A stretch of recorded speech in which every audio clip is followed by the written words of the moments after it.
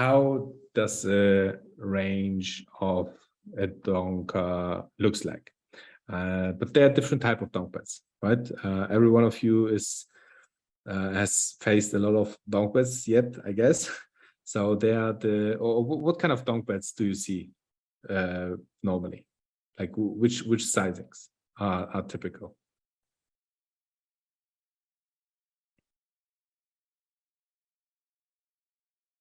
1 BB or pot. Yeah. Okay. That's, yeah, I see this most of the time as well. Here and there, yeah, bet and yeah, or just going all in. Yes, this you will see this as well. Someone who's just going all in with 20 big blinds into a 2 big blind pot or 4 big blind pot. Yes, exactly. And yeah, so but the good thing is that the recreationals actually are quite good to read for the dog bets. And we made a lot of range research, so a lot of database analysis to find out what kind of donking range our opponents have. And I put it here with some probabilities.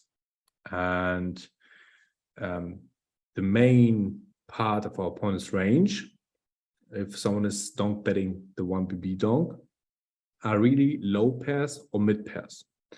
So if someone is donking on a King 7-6, then he has most of the time a 6x, 7x, or a draw for some kind of gut shot. 6-7, the gut shot would be 8-4, or maybe some open and straight draw. Like these type of hands are betting with a very, very high probability. Sometimes your opponent might have a top pair as well, but this is quite rare because he would play a little bit differently. He would try to check raise, or he would donk with the bigger sizing. That's very, very typical. And a random hand is possible as well. So on a King 6-7, a random hand would be something like Queen 3, right? So pretty random hand. This is happening a little bit more frequently on the very dry board structures. For example, like on an A7 deuce, some players might just donk randomly. This is happening, but this is normally, yeah, this has like a low to medium probability. Low to medium is it is more meant like it is medium probability on the very dry board structures and a very low probability on the very wet board structures. So if someone has on a Jack 9-8 with 2 hearts, like a very, very dry board, you won't see random bets. You will see just 8x, just pairs and draws, and even top pairs. Here again, top pair, it is the opposite to random hands. If you have a very dry board structure like a Jack 9-8, you will have way more top pairs in the donking, and not many top pairs when the board is very dry, right? So on an A7 deuce, you won't have many ace-x's in the donking range. Okay, so question is, how do we react to donk bets?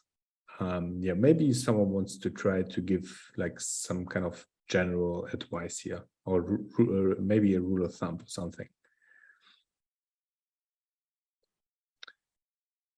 Call any pair and any draw. Okay. Ace-X and King-X with backdoor. This is hands we want to continue. Yes. So we're definitely not folding a pair and a draw.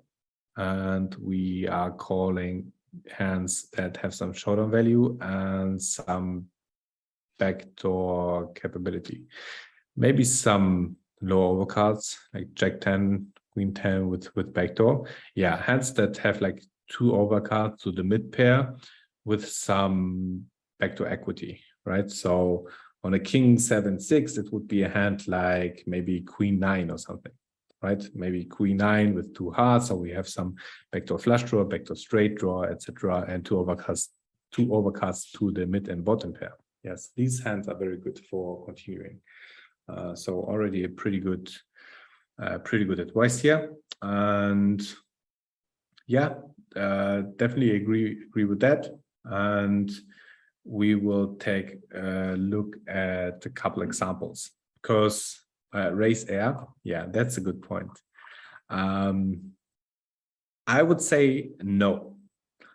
Sometimes I do it, but really, I'm really using a very small sizing and just a min raise basically. So on an ace-7 deuce, I might do a min raise just to fold out his pure air, right? So I'm using my pure air to fold out his pure air. But this is a very rare scenario. This happens in maybe around like 5% of the time where I'm trying it. And the thing is, our opponents are not folding to a raise very frequently. It is very rarely. It's around like something between 25 and 30 and 35%.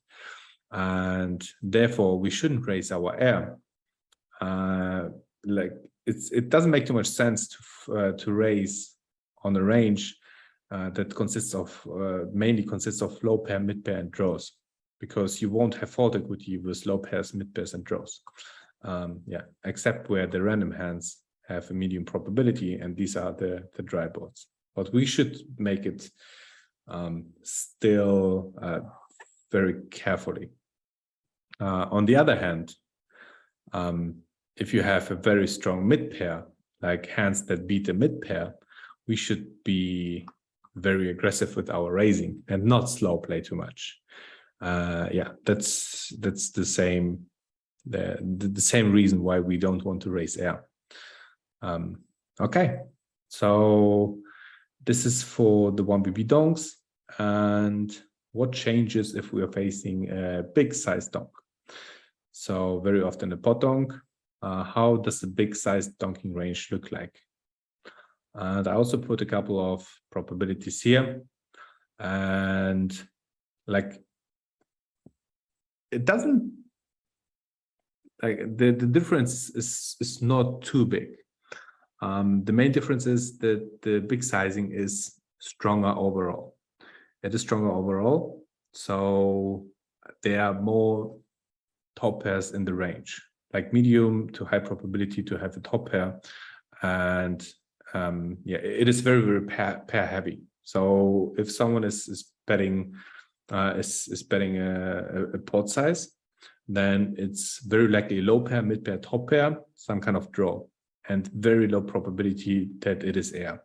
So the fold equity to a raise after someone is betting pot is almost zero.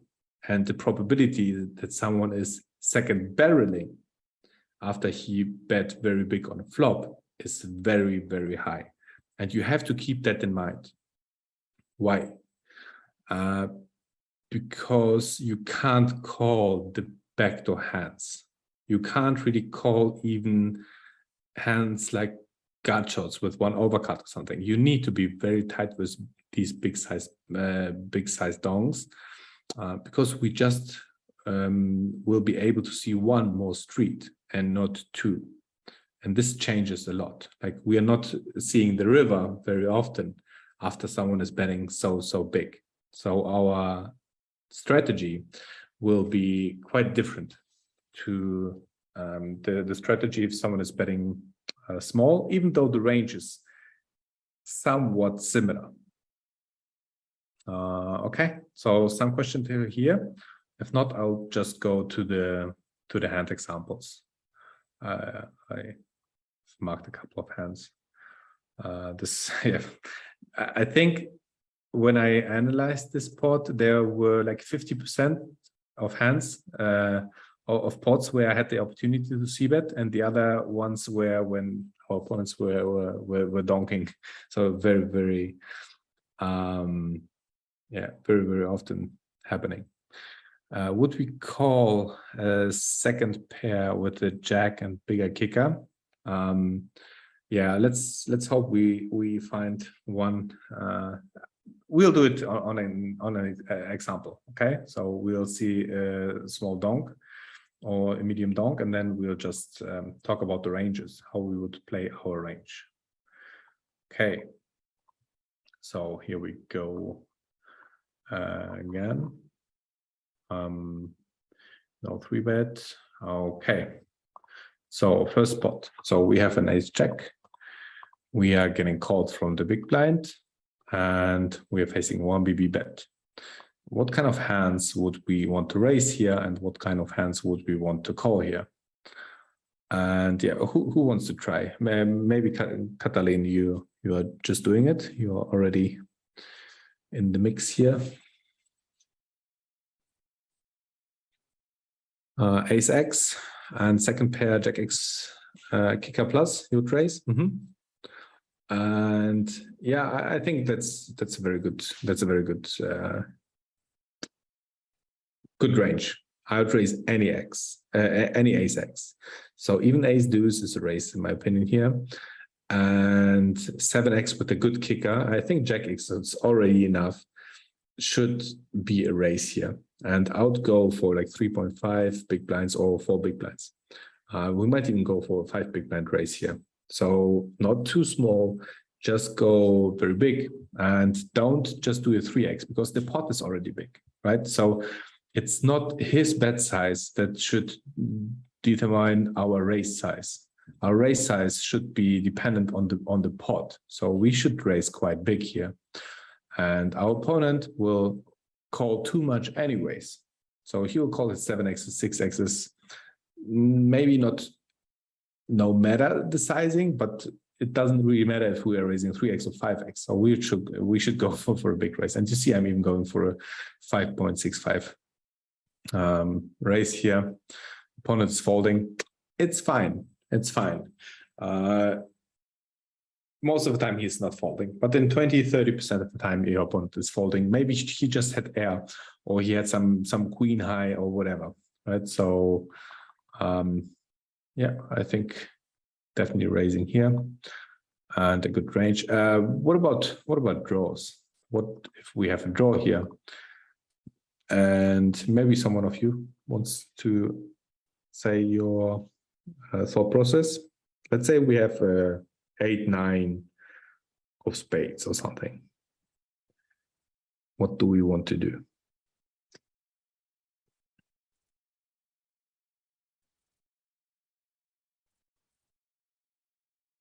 Just call because you won't fold the pair. Yeah, you won't fold the pair. And additional to that, we just have great odds. So we just call. And also one very, very good and important point is the second barrel will come in 70% of the time, but it will be most of the time just a 1BB bet again. So just call again. This is how we are playing our draws. We just see very cheap very cheap turns and rivers. We can just draw him out. Our 8 and 9 is good very often as well. So we have a very, very strong draw. And yeah, this is how we are playing. Not raising and betting turns, etc. It's actually pretty bad to raise. So we are raising and our opponent is calling. And on the turn, there's one thing happening. On the flop, our equity is very, very high versus 7X and the 6X with a hand like 8-9. We have like 40% equity. But on a turn, when there's a blank and we are not hitting, our equity drops a lot. It drops from around 40 to 50% equity to around maybe like 20% equity, right? So we have a very high, it's called an equity shift. And this is something we want to avoid. So we don't want to blow up a pot where we don't have fold equity with his top pair. And then on bad cards, or like on every card that is not an 8, 9, 10, or 5, we have now relatively low equity. And our opponent can just donk again. Like this is also happening. Like he's donking, calling a raise, and then he's donking again on the turn. And we are in the same situation. So I would not recommend to play draws aggressively with donks. Just play them passively and take the good odds. Okay, so let's make a couple more examples. So pocket fours, raising, getting called, just a small lead, pocket fours. We are beating a 3, that's enough. He can still have a couple of draws. Maybe some random hand here as well, but not raising, it's not strong enough. We're just calling. 7, 1BB, odds are good. We have an additional gut shot, calling. Remember, he's betting 1BB, and even though there's one-cut straight possible, I think we have a clear raise here. And you will see why. And you see, I'm not raising to a 3x because the pot is already 9.5 big blinds. I don't want to just make it three big blinds or 2.5 5 big blinds just because he's betting one big blind. I'm making it quite big here actually, and he's calling a 10-7. So he was randomly betting on the flop, and then he was just continuing and couldn't let go on the river. And yeah, this hand is also one of the main reasons I'm never bluffing on the river. I'm not bluff raising on the river with recreationals because they are just not folding enough. Yeah, they are calling very weak hands. Okay, ace king, calling. Now we are facing a little bit bigger bet, and here, if I wouldn't have a heart in my hand, so if I would have ace of spades and king of clubs, I would just fold. I would just simply fold. There's just too much going on. He can have 8x, 7x, and here he can even have queen x. It's a very drawy board structure, and on these kind of board structures, I see also a lot of queen x's leading. But with a king of hearts, we have pretty good backdoors. A king and an ace can be good. So a 10 and the jack is giving us some gut shots and overcards, so also pretty good cards. And yeah, we're hitting our miracle king and just jamming. I also think this is very important and very good. Not slow playing here. Recreationals will call even with an 8 or a 7 here sometimes. They will call too much with their draws. They will never fold a queen. They can even have a couple of king x's here. Like a hand like king 10, king jack or something that will never fold. If you're just calling, there might be some scare cards on the river where our opponent might just shut down, like a 9 of hearts, 10 of hearts, etc. So definitely jamming here. On turn, yeah, fortunately not getting called. Yeah, 1BB bet again, ace 9 suited. We don't love it, but the hand is good enough to call. On a turn, yeah, again, he might have 3 deuce, maybe some ace deuce, ace 6, etc. 6, 7, still calling. Our 9 and ace are very good very often. And this is actually a spot where I like to call down. On the river, we just need to be good in 10% of the time. And this will feel pretty bad because you will fold. You will lose almost always. So you will lose here in like 70, 75% of the time. But in 25% of the time, you will win. And this makes a profit. But for your mind, it just feels like losing almost always, right? So this is a very important concept here. Even though you're losing most of the time, you're still making a profit with a call because you just need to win in 10% of the time. And he even had the top there and making trips on the turn. Okay. So maybe let's do 1, 2 more examples, or maybe let's just do this hand and like what would we raise and what would be like the weakest hand we are calling here.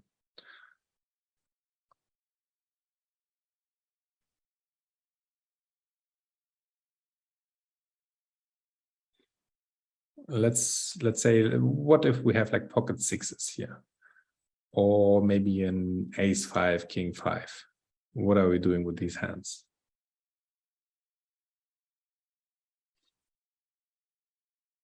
All 3 streets. Okay. What about raising?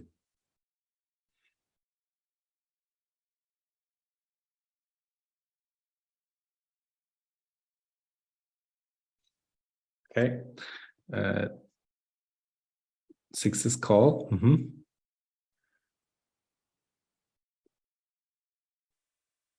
I would raise a 6s here all day long. Like our opponent's range is mainly 5x and 4x, rarely a queen x, and some draws. So I think it's very important to go for a raise here. We want to get value from 5x and 4x. and we will just lose quite a bit with just calling 3 streets. And quite a bit because he's betting 1BB, 1BB, 1BB, so we are winning 3 big blinds with the 5. But if 5 is not folding to a raise, and I would raise here to 4.5 big blinds and bet the turn, maybe check river, maybe it's a 3 streets value hand.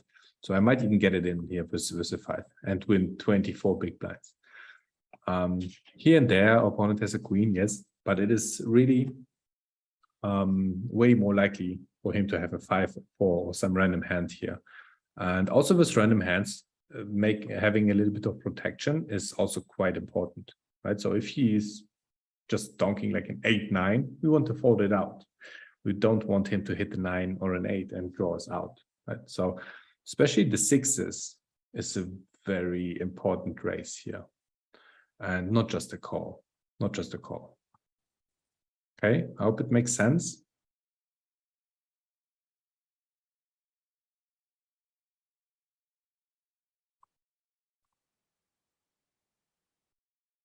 Okay, I guess it's a yes. Okay. What about, yes, okay. What about the hand like Jack 10 suited? Jack 10 suited, 10 9 suited. Which cards would shove turn? I think I wouldn't shove turn. I would just bet turn again. Like if there's, let's say I'm raising with the 6s and he's calling, and there's like a 10 on a turn, I would just bet again, like around half pot, and maybe check back river or something like that. Yeah. Okay, so we should definitely call a hand like Jack 10 suited here on the flop with a backdoor flush draw. Like these hands want to call, like King 8 suited with a backdoor flush draw. I would fold a hand like King 8 offsuit or King 9 offsuit. Probably also King 10 offsuit is good enough because it has a backdoor straight draw as well. So backdoor straight draw, King high, where you can hit additional draws on a turn, etc. These hands really want to call. 8, 9 suited might be a call here as well. Hands like this, where you can hit straights and flushes, or at least like backdoor straights with some showdown value, etc. Overcards to the mid pair are also very important. Okay, so let's do one more, and then I think it should be okay. King 8 8, min donk. I don't love it. Ace 5 is really, yeah, it's one of the worst hands I'm calling here. It's just 1BB bet. I hope he's just shutting down on future streets. And yeah, if he would min donk again on the jack, I'm just folding. I'm just simply folding. And I wouldn't mind the fold actually on the flop here as well. Like King 8 8, we will face a min bet on the turn most of the time, like 70-80% of the time. So yeah, it will be very hard to see the showdown here actually with the Ace 5. Okay, then yeah, this is interesting as well. We have a draw. We're facing 1BB bet, never raising here, just calling. A jack on a turn. We are taking the free card. We are not bluffing. Then there's a king on the river and never folding here, even though they are like full houses possible. This is snap call with the queen 10. And yeah, so he went for a very wild bluff. And yeah, what do you think? He's folding to a raise on flop or a bet on the turn? I don't think so. Like we don't really want to fold out pairs. This is something we shouldn't try to do with recreationals. Okay, so I think this covered the button topic quite well, and I'll take a couple more questions before we'll wrap it up.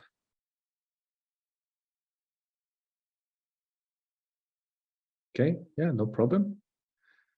You're welcome.